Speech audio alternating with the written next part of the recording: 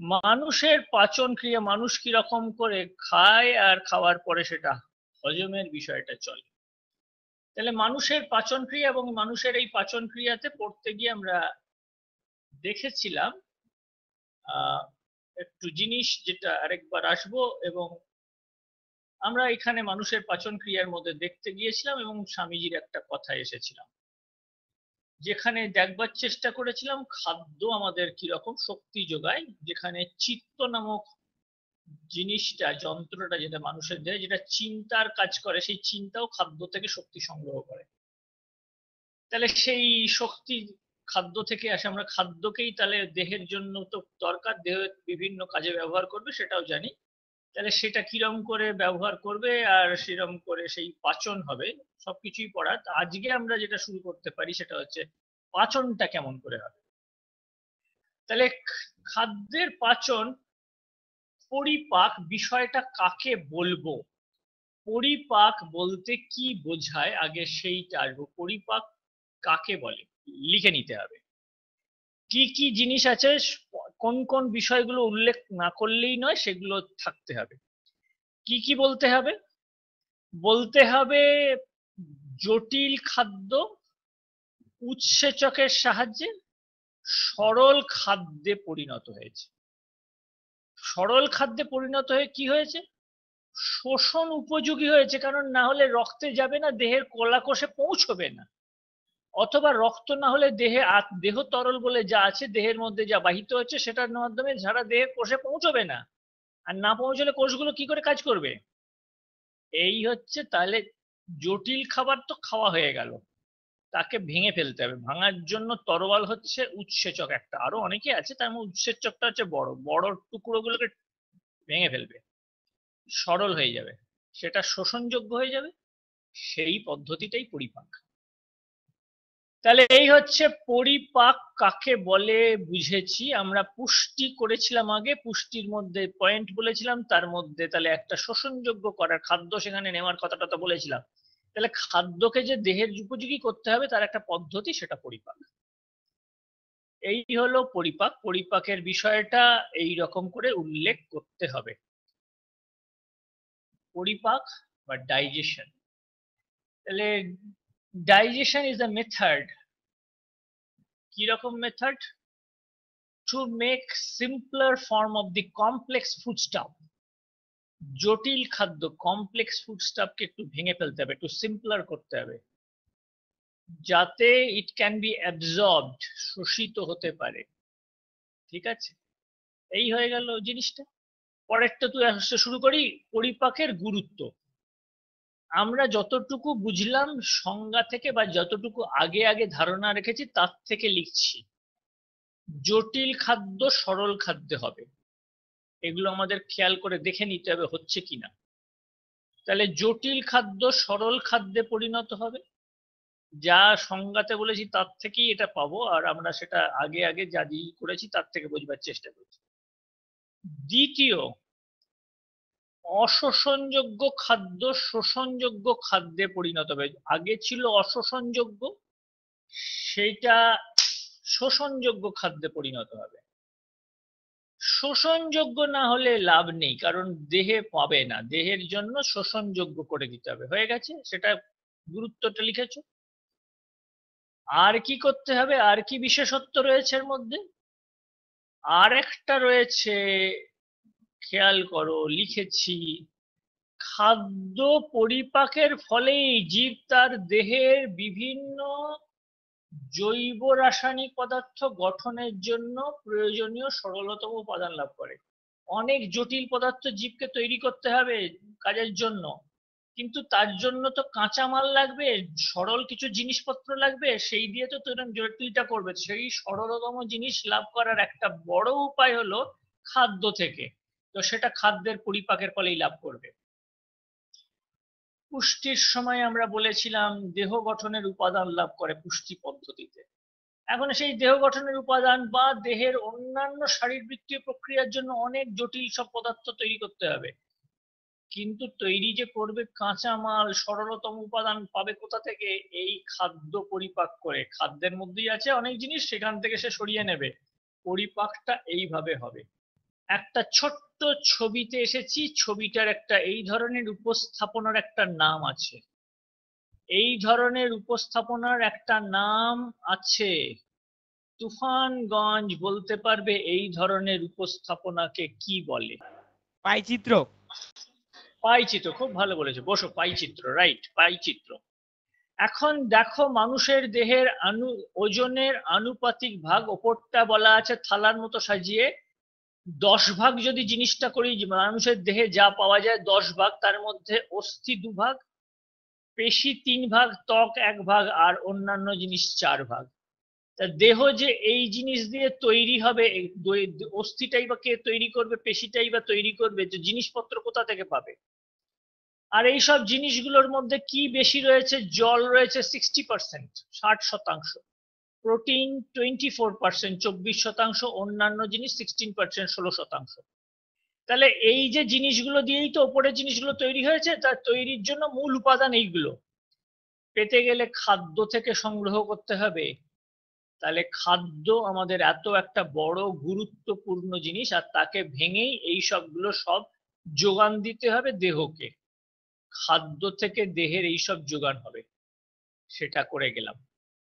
আসছি মানুষের পাচনতন্ত্র। মানুষের পাচন করে যে তন্ত্র, তার পাচনতন্ত্র দুটো অংশ নিয়ে তৈরি, একটা পাচন নালী, একটা পাচন গ্রন্থি।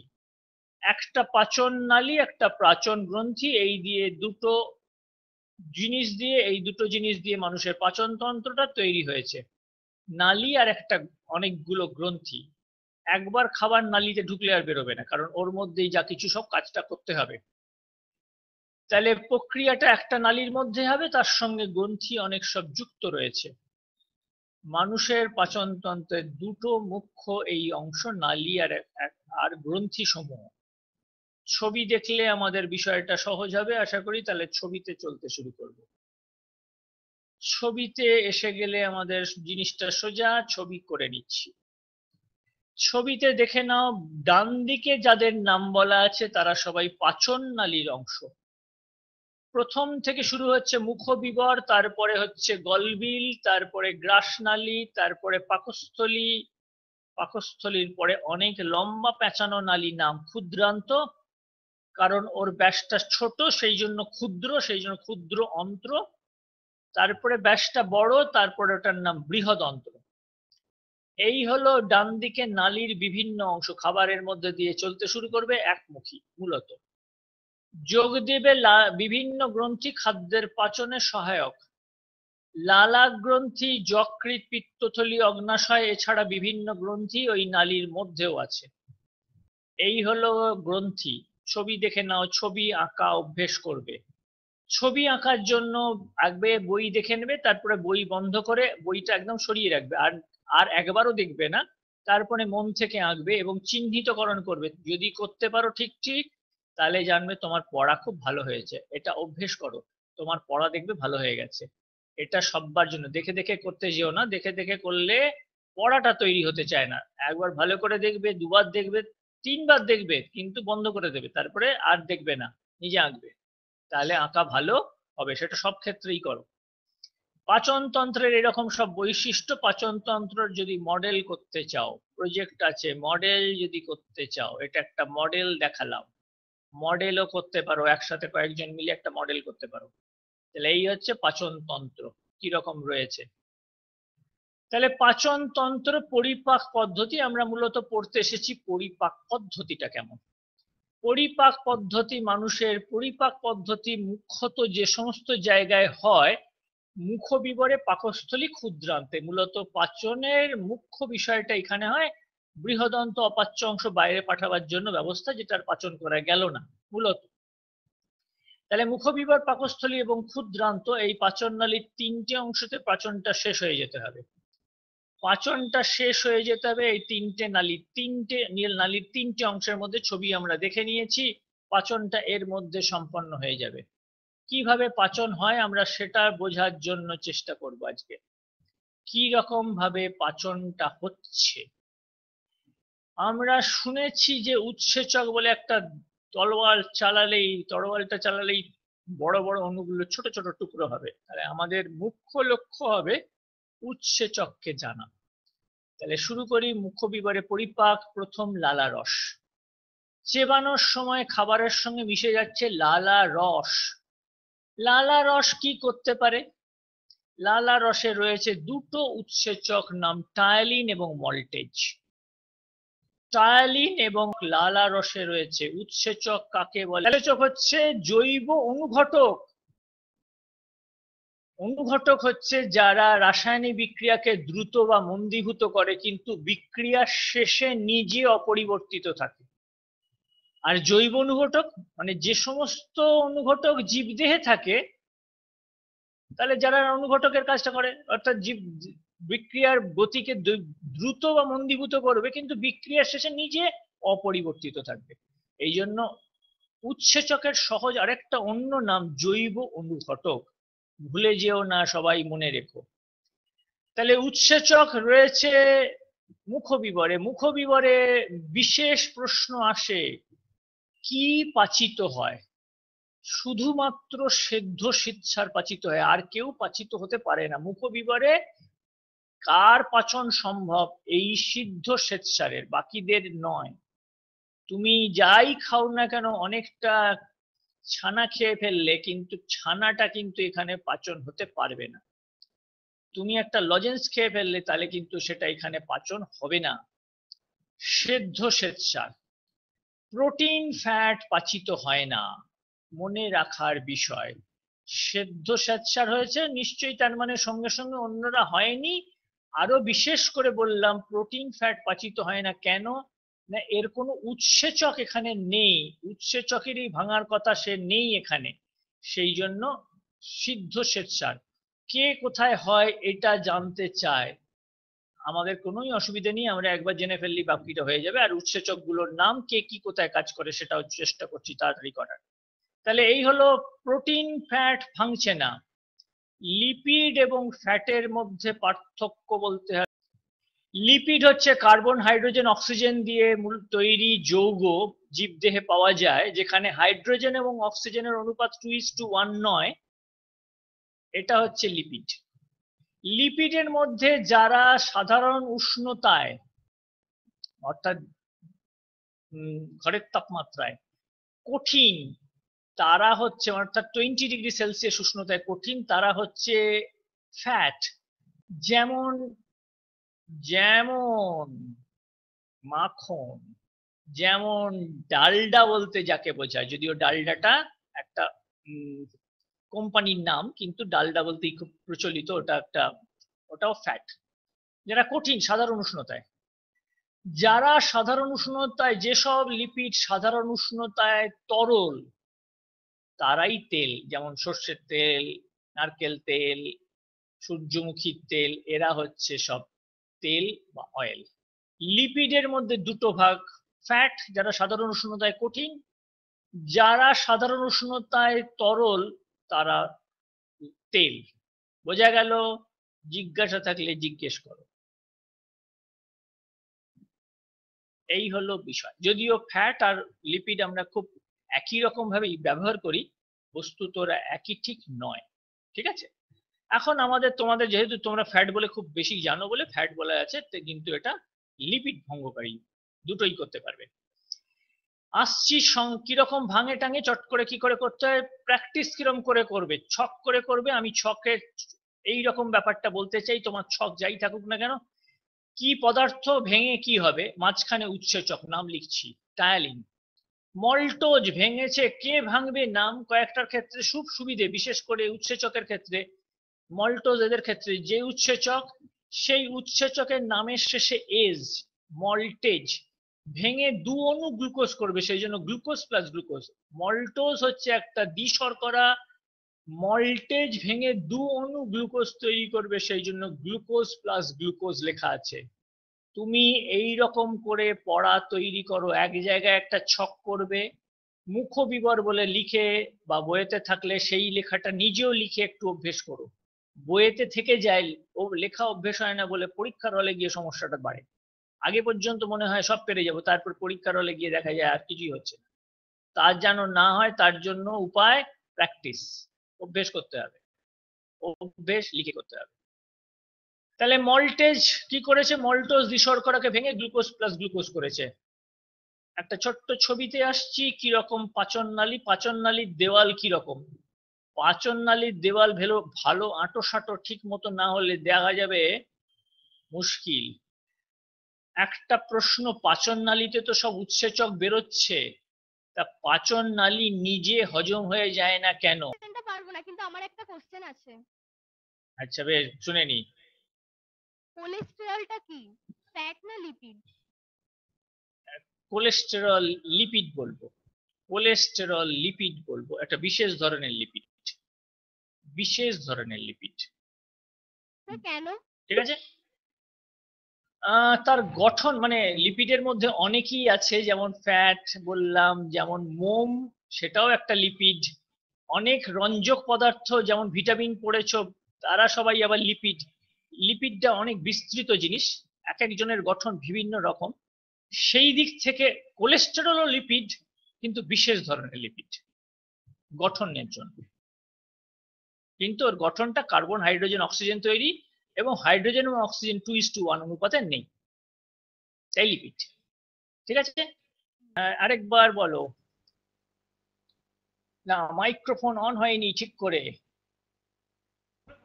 মিউকাসের আস্তরণ থাকে। রাইট, মিউকাসের আস্তরণ থাকে। বসে পড়ো, এখানে মিউকাসের আস্তরণ থাকে মানে ভেতরের দেওয়ালে একটা এমন আস্তরণ দিয়ে রেখেছে উৎসেচক গুলো বেরিয়ে কোনো দেওয়ালকে ক্ষতিই করতে পারবে না, তা নাহলে তো নিজেই পাচিত হয়ে যেত। এটা পরীক্ষায় প্রশ্ন আসে অনেক সময়, তো সেক্ষেত্রে তৈরি থাকতে হবে, পাচন নালীটা নিজেই পাচিত হয়ে যেতে পারতো, তার আরো মুশকিল হতো। তাই জন্য নিজেকে রক্ষা করার ব্যবস্থা আগে করে নিয়েছে। দাঁতের কিরকম ব্যবস্থা রয়েছে, নানা ধরনের সব দাঁত টাত রয়েছে। দাঁত সেই জন্য 4 ধরনের দাঁত, ছবি টবি দেখতে পাচ্ছ, দাঁত তোমাদের নিজেদেরও আছে, তোমরা হয়তো নিজে নিজেই বুঝতে পারো দাঁত কিরকম আছে। কিন্তু দাঁতের একটা বিষয় আমাদের তার সঙ্গে জানবার রয়েছে। এখন দাঁতের সঙ্গে বিষয়টার বিষয় এই যে যখন দাঁতটা হবে, দাঁতের ক্ষেত্রে আমরা একটা জিনিস এর সঙ্গে জেনে যাই, দাঁতটা আমাদের কি করে। আমরা দাঁত দিয়ে সাধারণত টুকরো করি, যে সমস্ত খাবার খাই সেগুলোকে টুকরো করে ফেলাই, ওর নাম যান্ত্রিক পাচন। যান্ত্রিক ভাবে ভেঙে ফেলা হয়, উৎসেচক রাসায়নিক ভাবে ভেঙে ফেলে, দাঁত যান্ত্রিক ভাবে ভেঙে ফেলে। দাঁতের একটু গঠনের ছোট্ট ছবি একটু দেখতে যাচ্ছি, কারণ একটা জিনিস জানবো, একটু জেনে ব্যাপারটার সঙ্গে পরিচয় করে এগিয়ে যাব। The tooth consists of the exposed crown supported on a neck with roots that project into the mandible or maxillae. There are 3 tissue layers that make up the tooth: the hard enamel, the dentin, and a central region known as the pulp. Bacterial acid from plaque begins to erode the surface of the tooth, dissolving the enamel and forming a cavity or dental caries. তাহলে এখন খাবারের খেয়ে যদি মুখ না ভালো ধোয়া হয় তাহলে কি হবে, খাবারের কণা দাঁতের উপরে থেকে যায়, ব্যাকটেরিয়া গুলো তাকে আক্রমণ করে, ওরা সেখান থেকে খাবার নেয়, ওরা নিজে আর দাঁতকে, দাঁতের উপরে যে ওরা রসক্ষরণ করে, দাঁত তাতে ক্ষয়ে যায়। দেখো দাঁত ক্ষয়ে যাচ্ছে। This begins the process of tooth decay. The enamel contains no cells, so no pain is experienced at this point. As the cavity progresses, bacteria can penetrate the enamel and dissolve a crater in the dentin layer. Eventually, the cavity is extended into the soft pulp, where the destruction of pulp tissues leads to inflammation and infection. তাহলে প্রথম প্রথম ভালো বোঝা যায় না, কেন দাঁতের ওই সাদা অংশটা কোনো কোষ নেই, দাঁতটা ক্ষইতে ক্ষইতে যায়, কিন্তু যত ব্যাকটেরিয়া নিচে গর্ত করতে করতে ঢোকে তখন দাঁতের ব্যথা শুরু হয়, তখন আমরা কষ্ট পাই। দাঁতের ব্যথায় কষ্ট খুব ভীষণ। আর শ্রীরামকৃষ্ণদেব এটা একটা খুব মজার, এইটাকে উদাহরণ হিসেবে ব্যবহার করেছেন। বলছেন ঈশ্বরকে কেমন করে ডাকবে, যখন দাঁতে কারোর ব্যথা হয়, কাজ সে অনেক কিছুই করে কিন্তু মন পড়ে থাকে দাঁতের ওই ব্যথার দিকে। সেরকম কাজ করার সময় কাজটা করো কিন্তু মন ফেলে রাখো ঈশ্বরের দিকে, তাহলে ঈশ্বর লাভ করতে পারবে। এরকম দিয়েছেন তিনি নানা ছোট ছোট উদাহরণ, যেসব উদাহরণগুলো আমাদের রোজকার জীবনের সঙ্গে যুক্ত। তাহলে এই রকম আমরা যদি কোনো কাজে মন দিয়ে করতে পারি, কাজ ভালো হয়। গবেষণাও যদি এরকম ভাবে করা হয় তাহলে দেখা যায় গবেষণাও উন্নত হয়েছে। তাহলে দাঁত যান্ত্রিক পাচনে সাহায্য করেছে। 4 ধরনের দাঁত রয়েছে। আমি মানুষের ক্ষেত্রে দাঁত, ছোটদের যখন শিশুকালে কটা দাঁত থাকে, প্রাপ্ত বয়সে সবচেয়ে বেশি 32টা থাকতে পারে, থাকবেই এমন কোনো কথা নেই। শেষের 4টে দাঁত সবার সময় হয় না, যাকে আক্কেল দাঁত বলা হয়। আর ছোট দুধের দাঁত 20টা থাকে। দুধের দাঁত 20টা থাকে, লিখে রাখো, আর আগামী দিনে যেন ভুল না হয়। দুধের দাঁত 20টা থাকে। কি থাকে আমি একটু ছবিতে দেখাবার চেষ্টা করব, চট করে দেখবো 20টা কোন 20টা থাকে। ভালো করে খেয়াল করো, 20টা দাঁতই থাকে। আর মানুষের সর্বাধিক 32টা থাকতে পারে। 32টা থাকবেই কথা নেই, 4টে কমও থাকতে পারে। এই হচ্ছে 20টা দাঁত। আমি একটু 4 ধরনের দাঁত আছে, আমি দাঁতের ছবিতে একটু চলে যাচ্ছি, একটু ছবিতে আসছি। ছবি দেখে নাও দুধের দাঁত। আমি দুধের দাঁতে একটু বলে নিই, তাহলে এই ব্যাপারটা সুবিধা হবে বুঝতে কি রকম। দুধের দাঁত থাকার সময় একটু ফাঁক থাকে, মাড়ি বড় হয় না, সেই জন্য অতগুলো দাঁত রাখারও জায়গা নেই। ভালো করে খেয়াল করে দেখো, দুধের দাঁতের মধ্যে কোনো পুরো পেশক বলে দাঁত নেই। কৃন্তক, সদন্ত এবং পেশক। পুরো পেশক বড়দের ক্ষেত্রে পুরো পেশক বলে একটা দাঁতের ব্যবস্থা রয়েছে। পুরো পেশক, সামনে দাগ দিচ্ছি, নাম লিখে দেখা রয়েছে, পুরো পেশক বা প্রিমোলার। ওই জায়গাটা যখন বড় হয় তখন জায়গাটা হয়, তখন পুরো পেশক দাঁতটা দেখা যায়। আর পেশকও একটা করে বেশি বাড়ে। দাঁতের একটা ফর্মুলা বলা আছে দুধের দাঁতে, দেখো 2.1.0.1, মানে ব্যাপারটা এই রকম। তুমি যদি সামনে ব্যাপারটা অর্ধেক করে নাও, উপরের মাড়ি বা নিচের মাড়ি, তাহলে দেখো কৃন্তক একটা রয়েছে কি দুটো, কটা রয়েছে? কৃন্তক দুটো। তারপরে সদন্ত কটা রয়েছে? একটা। পুরো পেশক নেই, পেশক দুটো। তাহলে কৃন্তক দুটো, সদন্ত ক্যানাইন একটা, পুরো পেশক নেই, তাই 0 এবং পেশক দুটো।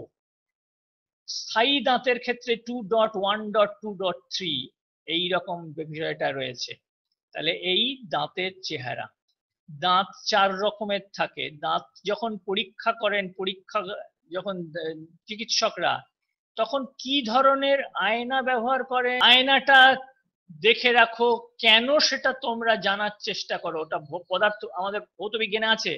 অবতল দর্পণ ব্যবহার করেন, কিন্তু কেন ওটা ওখানে জানার চেষ্টা করো। কেন অবতল দর্পণ ব্যবহার করেন? সামনে দেখানো রয়েছে কেমন করে দাঁতের চিকিৎসা হয়, তখন অবতল দর্পণ। কিন্তু কেন, ভালো করে পড়ো, আলোর চ্যাপ্টারে ব্যাপারটা বলা আছে। তাহলে এই হচ্ছে অবতল দর্পণ। আর একটা ছোট্ট ছবিতে এসেছি, দাঁতের মধ্যে যুদ্ধ বেঁধে গেছে। দাঁতের জায়গায় ব্যাকটেরিয়া, চিনি একদিকে, আর অন্যদিকে লালা রস আর টুথপেস্ট। যদি একটু আগেই দেখলে, যদি ভালো করে মুখ ধোয়া না হয়, দাঁত মাজা না হয়, ব্যাকটেরিয়া ওই চিনির দেওয়ালে, চিনির ওপরে গিয়ে হাজির হবে, আর ব্যাকটেরিয়া পুরো দাঁতকে খইয়ে ফেলে ভেতরে ঢুকে পড়বে, দাঁত তোমার গেল। লালা রস ক্ষারীয় হয়, টুথপেস্টও ক্ষারীয় হয়। এই ক্ষারীয় জিনিস এই ব্যাকটেরিয়ার সঙ্গে যুদ্ধ করতে পারে। তার জন্যই লালা রস অনেকটা চেষ্টা করে, সঙ্গে সঙ্গে ক্ষতি করতে পারে না। টুথপেস্ট দিয়ে দাঁত মাজা হলে বা ওই জাতীয় আরো কিছু দিয়ে দাঁত মাজা হলে, তাহলে তা আমাদের ব্যাকটেরিয়ার আক্রমণের হাত থেকে রক্ষা করে। এটাও আমাদের আছে অ্যাসিড ক্ষার ক্ষারক ভৌত বিজ্ঞানের চ্যাপ্টারে, সেখানেও ভালো করে পড়ো।